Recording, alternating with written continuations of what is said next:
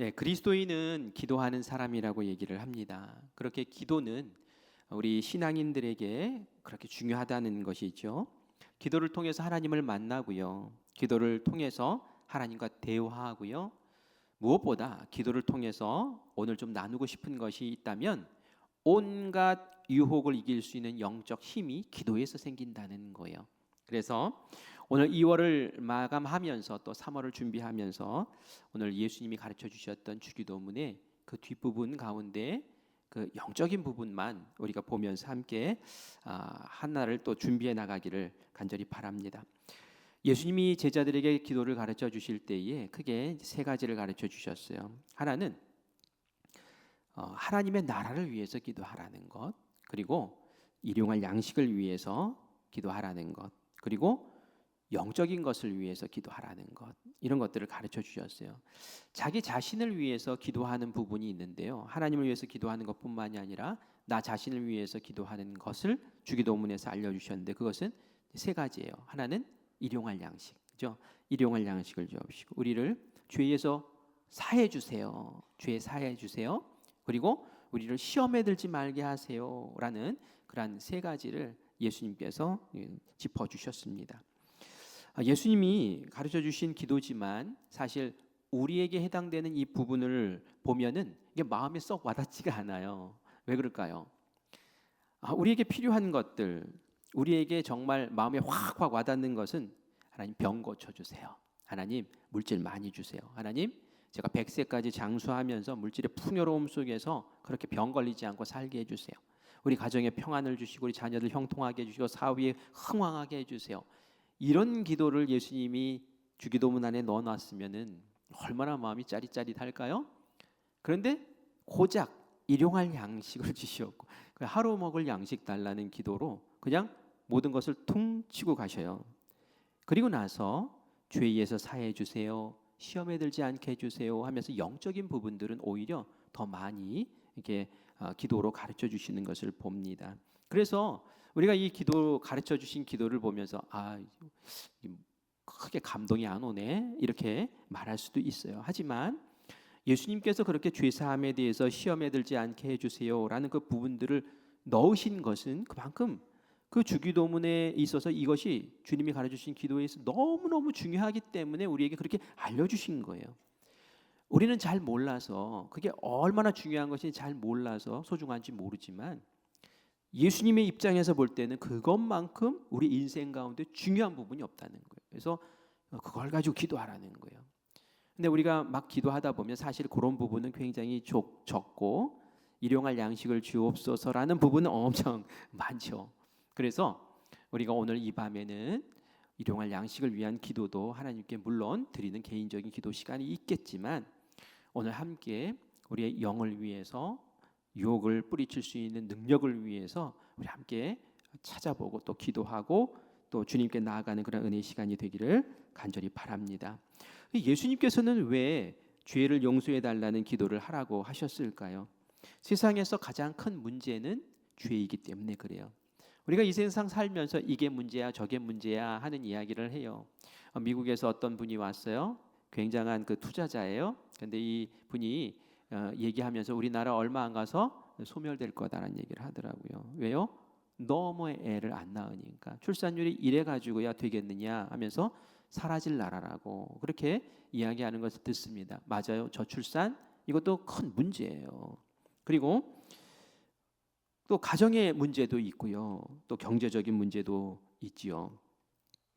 그런데 이런 문제들, 지구 온난화의 문제도 있고요. 그런데 이런 문제들 많이 있지만 성경에서는 가장 큰 문제를 뭐라고 말합니까? 그것은 죄라고 얘기를 해요. 왜 성경은 죄라고 그것이 가장 큰 문제라고 얘기하냐면 그 죄에서 모든 것이 다 파생되어 나오기 때문에 그렇습니다. 가족 문제도 경제 문제도 지구의 온난화 문제도 사실은 다 죄의 문제에서 비롯된 거예요. 창세기 3장에 맨 처음 사람 아담과 하와가 사단에게 미혹되어서 하나님을 거역하고 죄를 지어요. 죄를 딱 짓자 벌어진 일이 뭡니까? 모든 하나님이 주셨던 복을 하나님이 다 빼앗아가 버리시는 거예요. 그죠? 무엇 때문에? 죄 때문에 그런 거예요. 죄 때문에. 정말 원치 않았던 고통을 받아야 되고 원치 않았던 저주를 받아야 되고 원치 않았던 죽음이 그들에게 찾아오고 맙니다. 그래서 로마서 3장 23절에 말하죠. 모든 사람이 죄를 범하였음에 하나님의 영광에 이르지 못하더니, 하나님과 이제 상관이 없어졌다는 거예요. 죄 때문에. 그러니 죄의 문제가 얼마나 끔찍하냐 말이에요. 하나님의 영광에 이르지 못하는 것이 뭐 어때서라고 생각할 수 있겠으나 그 죄의 값은 사망이다라고 말씀을 하고 계셔서 죄 지은 사람이 반드시 심판받을 텐데 그 심판의 값이 분명히 있다라고 그렇게 우리에게 알려주시죠. 여기서 말하는 사망이라는 것은 우리 육신의 죽음을 얘기하는 게 아니에요. 우리 육신의 죽음 뭐 다 죽는 거죠. 영원한 죽음을 얘기하는 겁니다. 영원한 죽음, 그건 뭐예요? 우리 영혼은 죽지 않아요. 육신은 죽지만, 그죠? 그래서 영혼은 죽지 않는데 지옥 불구덩이에 들어가면 그것을 두 번째 죽음, 영원한 죽음이라고 얘기해요. 거기서 죽지 않고 영원히 고통을 받으니 이게 얼마나 영원한 죽음이냐 말이에요. 근데 그게 그 원인이 어디에 있어요? 죄 때문에 그렇다고요. 죄 때문에. 그러므로 우리가 이 세상에 이런 문제 저런 문제 있어요 하면서 이걸 심각하게 생각하지만 사실은 더 중요한 원초적인 근원적인 문제는 죄라는 거예요. 가정에서 부부싸움이 일어나고 아이들과 아픔이 일어나는 거, 그건 뭐 때문에 그래요? 찾아 들어가면 사실은 죄 때문에 그런 거예요. 지구온난화가 왜 이렇게 생겼습니까? 찾아 들어가면 인간의 탐욕 때문에 그런 거예요. 그 죄의 그 근원 때문에 이런 것들이 파생되는 문제가 된다라는 거죠. 그래서 이 죄에 대해서 예수님은 반드시 회개해야 된다고, 그거 사함 받아야 된다고, 그렇지 않으면 큰일 난다고. 그래서 그 안에 기도의 제목 내용 안에 그렇게 집어넣었던 거죠. 그리고 죄의 문제 가운데 또 큰 문제가 뭐냐면은 하나님과 우리 사이를 갈라놓는 것이 죄예요. 하나님은 능력이 많으세요. 하나님 우리를 들어주세요. 하나님 우리를 살펴주세요. 보호해주세요. 그런데 얼마든지 그렇게 하실 수 있는 분임에도 불구하고 이것 한 가지 때문에 하나님이 난 못해라고 말씀하시는 게 있어요. 뭐 때문에 못합니까? 죄 때문에 안 해라는 거예요. 이사야서 59장 1절과 2절 말씀을 같이 읽겠습니다. 시작. 여호와의 손이 짧아 구원하지 못하심도 아니요 귀가 둔하여 듣지 못하심도 아니라 오직 너희 죄악이 너희와 너희 하나님 사이를 갈라놓았고 너희 죄가 그의 얼굴을 가리어서 너희에게서 듣지 않으시게 함이니라. 아멘. 하나님의 손이 짧은 게 아니라는 거예요. 하나님의 능력에 그 손을 가지고 계시고 하나님의 불꽃 같은 눈동자로 살펴주시고 복 주시고 도와주시기를 원하시는데 너희가 죄를 지어서 나와 너희 사이를 그렇게 바짝 갈라놨는데 내가 어떻게 능력의 손을 너희에게 베풀 것이며 너희의 그 호소를 들을 것이냐는 거예요. 그 죄의 문제 해결하지 않으면 나의 능력, 나의 복, 나의 권세를 누릴 생각하지도 말아라는 거죠. 그러므로 이 죄의 문제를 반드시 우리가 해결해야 된다라는 그런 말씀이에요. 그래서 예수님이 일용할 양식을 주옵시고 그리고 나서는 바로 했던 기도가 우리 죄를 사해달라고, 그렇게 기도하라고 그렇게 우리에게 가르쳐주고 있어요. 그러면 질문할 수 있어요. 이미 우리는 예수 그리스도를 믿잖아요. 예수님을 믿고 십자가의 그 은혜를 알아요. 예수를 믿는 사람에게는 결코 정죄함이 없다고 말했잖아요. 우리는 의인이라면서요. 그런데 매일매일 이 주기도문을 하면서 죄 용서해달라고 그렇게 굳이 해야 되느냐, 그렇게 물어볼 수 있어요. 그런데 우리가 우리의 현실을 너무 잘 알잖아요. 우리가 하나님 앞에서 의인입니다라고 인정을 받았지만 우리가 막상 세상 속에서 살다 보면 생각으로도 죄짓고 말로도 죄짓고 내가 원치 않아도 어떻게 상황 때문에 죄를 짓게 되고 선의 거짓말도 하게 되고, 솔직히 단 하루라도 우리가 죄 안 짓고 사는 날이 있느냐는 거예요. 생각으로라도 죄 짓잖아요. 그러므로 우리는 끊임없이 하나님 앞에 일용할 양식을 주옵소서 하는 것처럼 나의 매일의 죄를 용서해 주시옵소서라고 기도하는 것이 필요하다는 얘기예요. 우리가 죄 지으면 금방 표시가 나요. 어떤 표시가 납니까? 그 영적인 간극이 생겨요. 죄를 지으면 하나님과 나 사이에 죄가 딱 끼어들면 찬양의 은혜가 안 돼요. 이전에는 막 찬양하면서 눈물 흘리고 감격하고 그냥 찬양 한 곡조만 한 소절만 해도 마음이 뭉클한데 그냥 맹맹하게 찬양하고 있는 나의 모습을 봐요. 기도도 집중해서 기도드리지 못해요. 왜 기도기에 은혜가 없을까? 회개하세요. 회개. 그러면서 괜히 은혜 없다고 투정을 해요. 자기가 회개를 안 하고 죄 속에 있으면서 죄에 짓눌려 있으면서 은혜가 없다는 얘기를 왜 합니까? 은혜가 있으려면 하나님과 나 사이에 끼어 있는 이 죄의 찌꺼기를 벗어내야 된단 말이죠.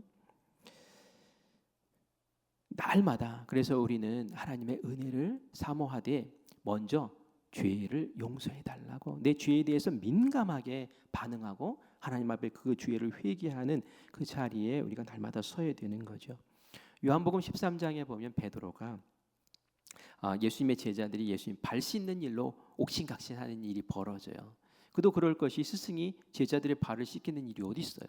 근데 예수님이 갑자기 겉옷을 벗으시고 허리에 수건을 동이시고 물을 떠다가 제자들의 발을 씻겨주신다는 거예요. 다른 제자들은 뭐 찍소리 못하고 그렇게 발 씻김을 당했지만 베드로는 또 한 성질 있잖아요. 예수님 못 씻김. 내 발을 왜 씻습니까? 주여 안 됩니다. 막 이러는 거예요. 그래서 예수님 말씀하셨죠.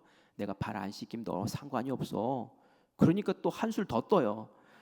발만 씻기지 마시고 뭐도 씻겨달래요? 손과 머리도 씻겨달래요. 세상에 참 대단해요. 그러자 예수님이 그런 말씀을 하세요. 이미 목욕한 자는 발밖에 씻을 필요가 없느니라. 이미 목욕한 사람은 뭐예요? 예수님 믿고 정죄함 받지 않는다라는 그런 약속을 받은 사람은 다 목욕한 것과 똑같다는 거예요. 이런 사람은 그런데 불구하고 발은 씻어야 된다는 거예요. 발. 왜요? 목욕해도 밖에 나가서 돌아다니면 먼지 끼고 때 묻고 더러워지니까 발은 씻어야 된다는 거예요. 그래서 우리가 예수님 믿고 우리 정죄함 없다면서요. 예수님 믿고 우리 의인이라면서요. 맞아요. 목욕한 거예요. 그러나 일상의 삶에서 내가 짓고 내가 이게 나도 모르게 또 알면서도 하는 그 죄에 대해서는 반드시 씻어야 된다는 거예요.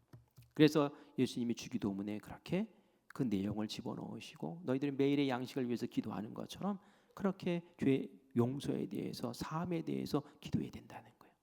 여러분 죄 기도할 때마다 죄를 정리하는 것에 대해서 여러분 둔감하지 않기를 바라요. 그래서 하나님 앞에 기도하세요. 성령님의 그 조명으로 나를 비춰주세요. 내 마음을 사사치 비춰주셔서 오늘 이 한 날 살아가면서 이거 딱 정리하고 잠자리에 들 수 있게 주님 도와주시고 그리고 내가 하는 기도를 하나님 들어주셔서 하나님 화통한 관계 속에서 내 기도가 꼭 응답받게 해주세요. 그러면 말이죠. 하나님의 역사가 일어날 줄 믿습니다. 제가 말씀 가운데 그런 말씀을 보았어요. 이미 잘 아는 말씀이에요. 병든 자들을 위해서 기도해 주라고 그랬잖아요. 근데 병든 자들을 위해서 기도할 때 의인의 기도가 능력이 있다는 거예요. 그러므로 먼저 회개하라는 거예요. 회개하고 의롭게 되고 그리고 나서 병든 자를 위해서 기도해 주라는 거예요. 왜요? 그래야지 하나님과 나 사이에 원만한 소통이 생기고 그 안에 능력과 권능이 생기면서 그러면서 그것으로 하나님께서 뻗쳐서 역사해 주신다는 거죠. 그래서 권능이라는 것, 능력이라는 성령 충만이라는 것은 먼저 내가 하나님 앞에 정결함을 받아야 되는구나 라는 것을 오늘 이 시간 다시 한번 마음 가운데 품고 내가 이미 구원받았지만 날마다 구원받기 위해서 날마다 죄사함 받기 위해서 내가 주님 앞에 정결하게 서겠습니다 라는 각오로 주님 앞에 나아가시는 우리 모두가 되기를 간절히 축원합니다. 우리 본문 4절 말씀을 같이 한 번 더 읽어보겠습니다. 시작. 우리가 우리에게 죄진 모든 사람을 용서하오니 우리 죄도 사하여 주시옵고 우리를 시험에 들게 하지 마시옵소서 하라. 아멘. 우리 뒷부분은 봤어요. 그죠?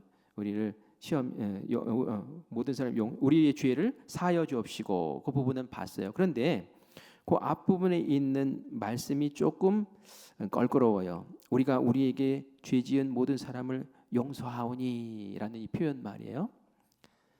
이 표현을 들으면 어떤 사람은 오해를 해요. 어떻게 하냐면은 나에게 죄 지은 사람을 내가 용서하지 않으면 내 죄를 용서를 못 받나? 내가 다른 사람을 용서하면 하나님도 나를 용서해 주시는 건가? 이런 생각 들잖아요. 그렇죠? 그런데 우리가 이것을 오해하면 안 됩니다. 사실 죄 지은 우리가 어떻게 하나님의 용서를 흥정할 수 있겠어요? 내가 용서해 줬으니 하나님 나도 용서해 주셔야 돼요? 이게 흥정이잖아요. 그걸 가르치는 말씀이 아니라는 거예요. 사실 우리가 아무리 선행을 쌓는다고 할지라도 하나님의 용서를 내가 선행을 베풀었으니 내가 용서를 했으니 하나님 나 용서해 주세요 하고 어떻게 살 수 있겠습니까? 하나님의 용서는 그런 조건을 걸고 용서해 주시는 게 아니에요. 그냥 믿음으로 회개하면 그리스도의 보혈로 우리 용서해 주시는 것이지 우리의 공로에 따라서 하나님이 용서해 주고 용서 안 해주고 그런 것은 아닙니다. 우리가 죄의 사함을 받는 것은 오직 하나님의 은혜 때문이라고 에베소서 1장 7절 말씀은 우리에게 가르쳐 줍니다. 제가 읽어드릴게요. 우리는 그리스도 안에서 그의 은혜의 풍성함을 따라 그의 피로 말미암아 속량 곧 죄사함을 받았느니라. 무엇으로 속량 죄사함을 받았대요? 그의 피로 말미암아. 예수 그리스도의 피로 말미암아지 우리의 공로로 말미암아라고 그렇게 말하지 않습니다. 흥정거리가 아니라는 거예요.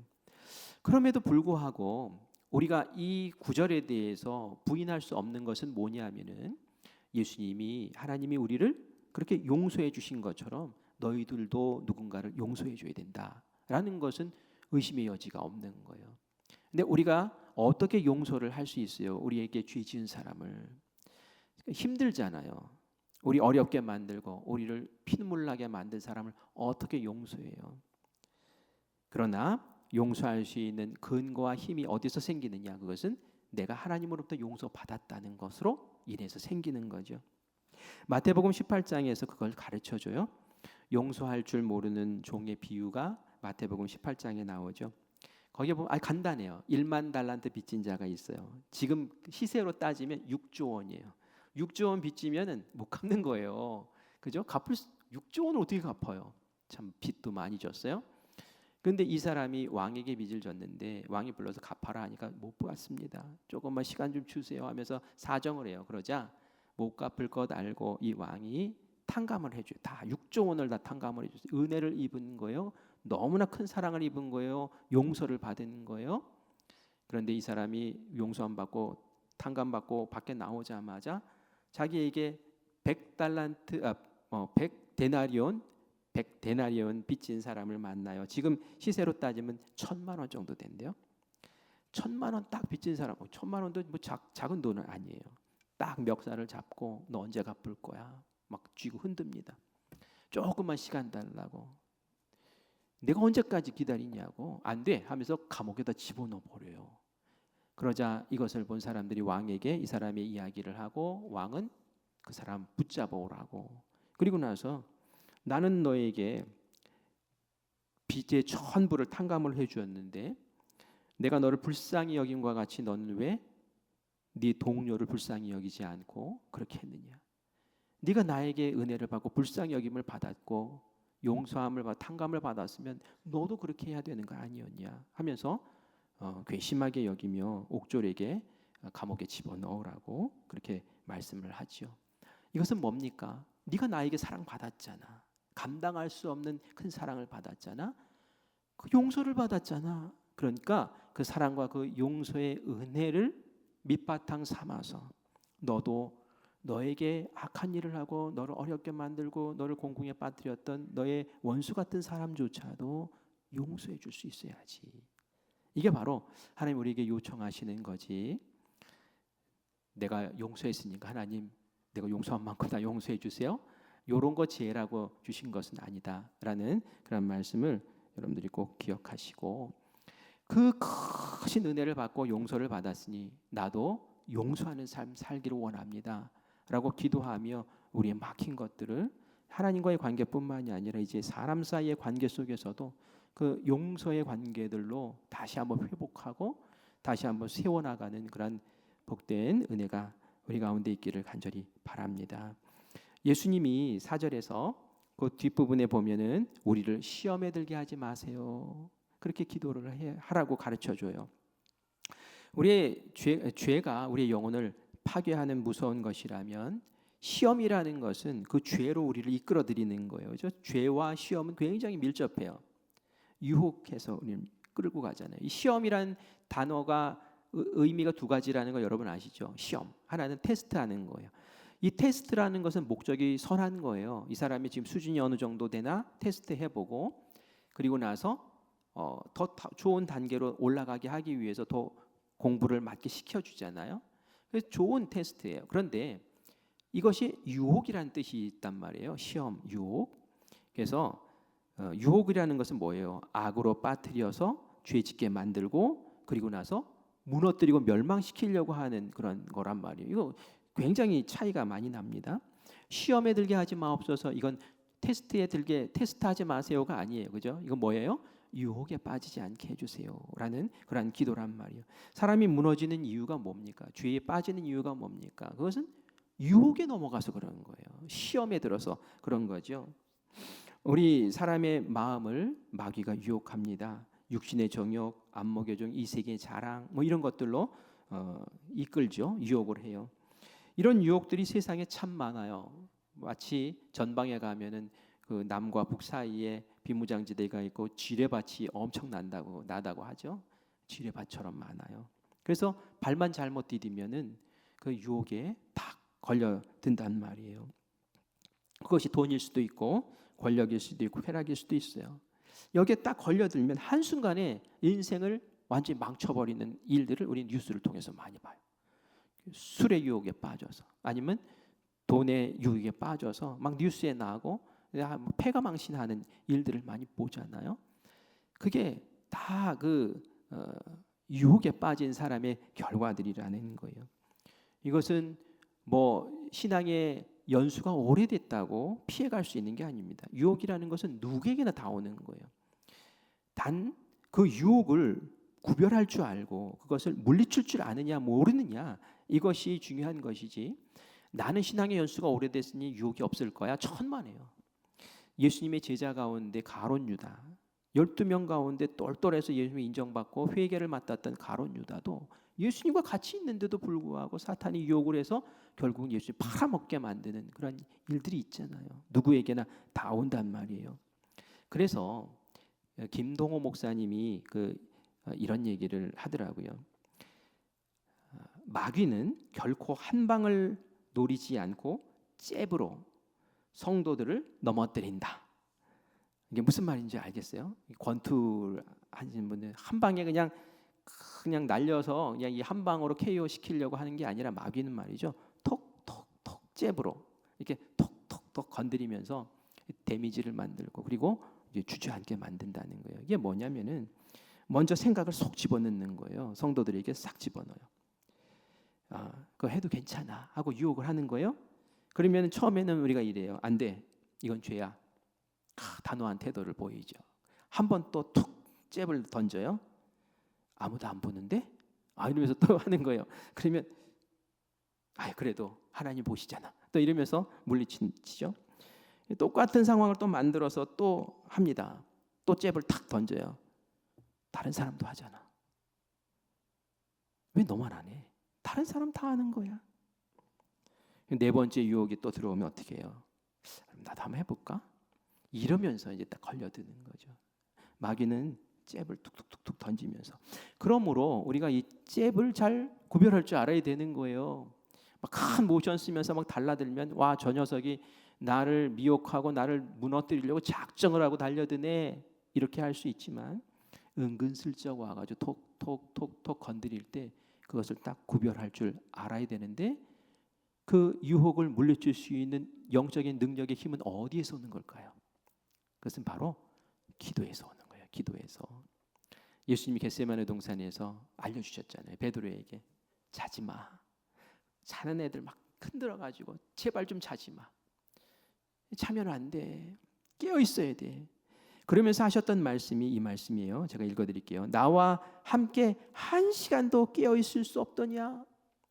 시험에 들지 않게 깨어 기도하라. 무엇에 들지 않게 깨어 기도하라고요? 시험에 들지 않게. 이 시험은 테스트예요? 유혹이에요? 유혹에 들지 않게 깨어서 기도하라고. 유혹에 들지 않는 방법은 깨어서 기도하는 거라고 그렇게 알려주셨어요. 그러나 베드로는 잤죠. 그리고 계집 요정이 너 예수님과 한패라고 했을 때 막 예수님 부인하고 저주하고 예수님 곁에서 있지 못 도망가고 내가 목숨 걸고 예수님 지키겠다고 했던 그 약속은 온데간도 없이 사라지고 닭이 울어서야 3번 울 때 그때서야 이제 나 지금 뭐 한 거지? 그제서야 정신 차리고 실패한 자신의 모습을 봐요. 베드로의 실패는 어디서 온 거예요? 유혹에 넘어간 거죠. 왜 유혹에 넘어갔어요? 깨어서 기도하라고 예수님이 그렇게 말씀하시는데도 깨어서 기도하지 못하고 그 시간에 잤어요. 영적으로 그냥 무뎌진 거예요. 그러니 유혹이 올 수밖에 없죠. 교인과 함께 이제 이야기를 하다가 속회 지도자 교육을 화요일에 했는데 못 오신 분들이 계셔서 제가 카톡을 보내고 카톡에 답이 없으면 직접 전화를 해서 같이 이야기를 좀 나눴어요. 무슨 일이 있어서 못 나오셨습니까? 하면서 그랬더니 새벽에 자명종을 분명히 맞춰놓고 가방도 싸놓고 입고 갈 옷도 다 챙겨놨는데 못 들었어요. 못 들었어요. 이거 어떻게 하면 좋아요, 목사님? 요즘 어떻게 지내세요? 그랬더니 일이 많아졌어요. 뭐 예약도 많아지고 일도 많아지고 또 다른 일도 또 할 것도 생기면서 종일 바쁘게 일해서 목사님 카톡을 보긴 봤는데 답장을 해드릴 수 없을 정도로 이렇게 좀 바쁘게 지냈다라고 얘기를 해요.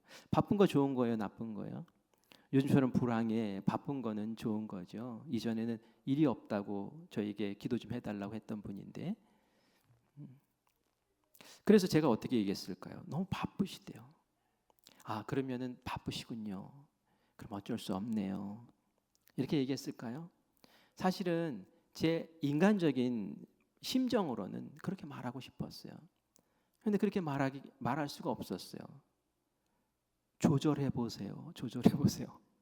조절해 보세요. 조절해 보세요. 수요일이든지 금요일이든지 나와서 기도하셔야죠. 조절해 보세요. 그리고 축장 교육 때 나오셔야죠. 하면서 이야기했는데 그분이 그 이야기를 듣고 목사님 고마워요 라고 얘기를 하더라고요. 뭐가 고마워요? 그랬더니 알았어요 라고 얘기하지 않고 조절해 보세요 라고 얘기해 주셔서 감사해요 라고 얘기를 하더라고요.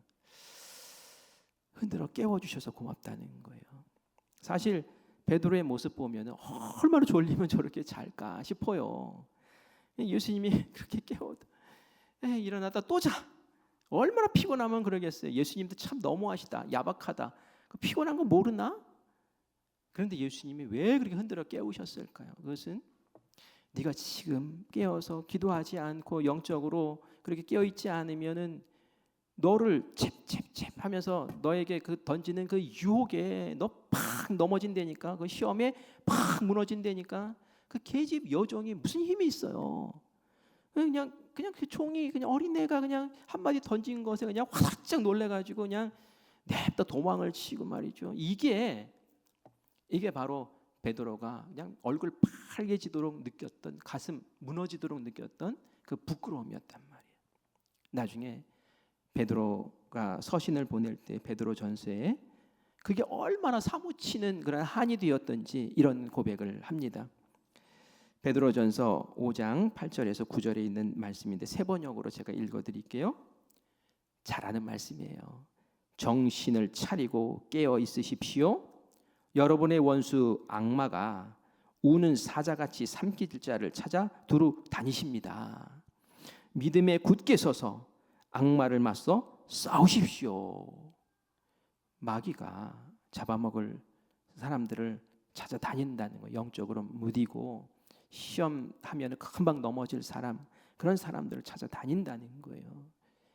깨어있으라는 거예요. 경각심을 갖고 거기에 잡아먹히지 말고 영적으로 깨어있으라는 거예요. 그러려면 어떻게 해야 돼요? 깨어서 가만히 있으면 되나요? 기도해야죠. 깨어서 기도해야죠. 칼을 갈아야죠. 그래서 마귀의 유혹이구나라고 싶은 것들은 단 칼에 물리치는 우리 성도님들 되셔야 될 줄 믿습니다. 그렇게 할 때 하나님과 나 사이의 관계가 늘 화통한 거예요. 내가 유혹을 당했는지 죄가 쌓였는지도 모르고 맨날 기도해 보세요. 죄가 있으면 하나님과 관계가 멀어진대잖아요. 그런데 무슨 하나님의 능력이 나에게 임할 것이며 하나님의 복이 나에게 어떻게 임하겠어요? 하나님이 얼굴을 돌려버리신다는데. 그래서 미혹에 들지 않기 위해, 유혹에 들지 않기 위해, 죄에 빠지지 않기 위해 우리는 깨어서 기도하면서 영적인 민감함으로 나를 하나님과의 선명한 관계 속에 세우고 그리고 주님 앞에 부르짖어 기도하는 거예요. 그러면 그 안에서 하나님께서 쏟아부어 주시는 놀라우신 은혜가 우리 가운데 날마다 넘칠 줄 믿습니다. 그래서 우리가 주님께서는 왜 복에 대한 얘기를 기도를 안 가르쳐 주셨지? 이리 할 게 아니에요. 시험에 들지 않는 것, 유혹에 빠지지 않는 것, 죄에서 용서받는 것 그 자체가 복이에요. 왜요? 그렇게 하면 하나님과 원만히 소통이 이루어지고 하나님의 권능이 나를 통해서 드러나고 내가 복의 통로되는 그런 역사가 벌어질 줄 믿습니다. 오늘 이 밤에 우리가 뭐 주세요 하는 것도 중요하지만 먼저는 하나님 내가 주님 앞에 정결케 하시옵소서. 예수 그리스도의 보혈로 나를 깨끗이 씻어 주시옵소서. 오늘 이 밤에 내가 지은 죄에 생각나는 것이 있다면 하나님께 정직하게 토설하게 하시고 내 안에 부어주시는 성령이 나를 완전히 사로잡아 주님과 소통하고 대화하고 주님께 나아가는 그런 주님과의 큰 만남의 시간, 주님의 권능을 덧입는 그런 복된 시간 되게 해주시고 내 길을 열어주시고 내 가정을 열어주시고 내 미래를 열어주시옵소서라고 기도하며 주님의 능력으로 이렇게 세움받는 오늘 이 밤이 되기를 간절히 축원합니다.